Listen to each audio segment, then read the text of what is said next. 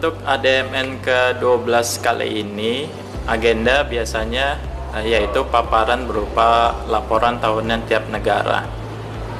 ADMN ini setiap tahun selalu ada, setahun 2 kali. Untuk ADMN yang pertama di tahun 2022, selain paparan dari masing-masing negara anggota ASEAN, juga ada pembahasan di sisi supply dan pembahasan di sisi demand.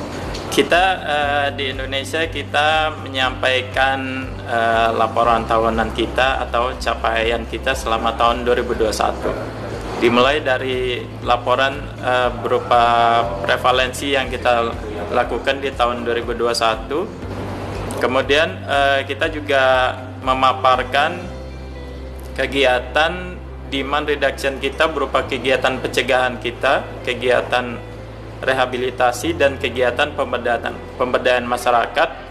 Juga kita sampaikan supply reduction berupa capaian yang kita lakukan di tahun 2021 dalam melawan peredaran gelap narkoba.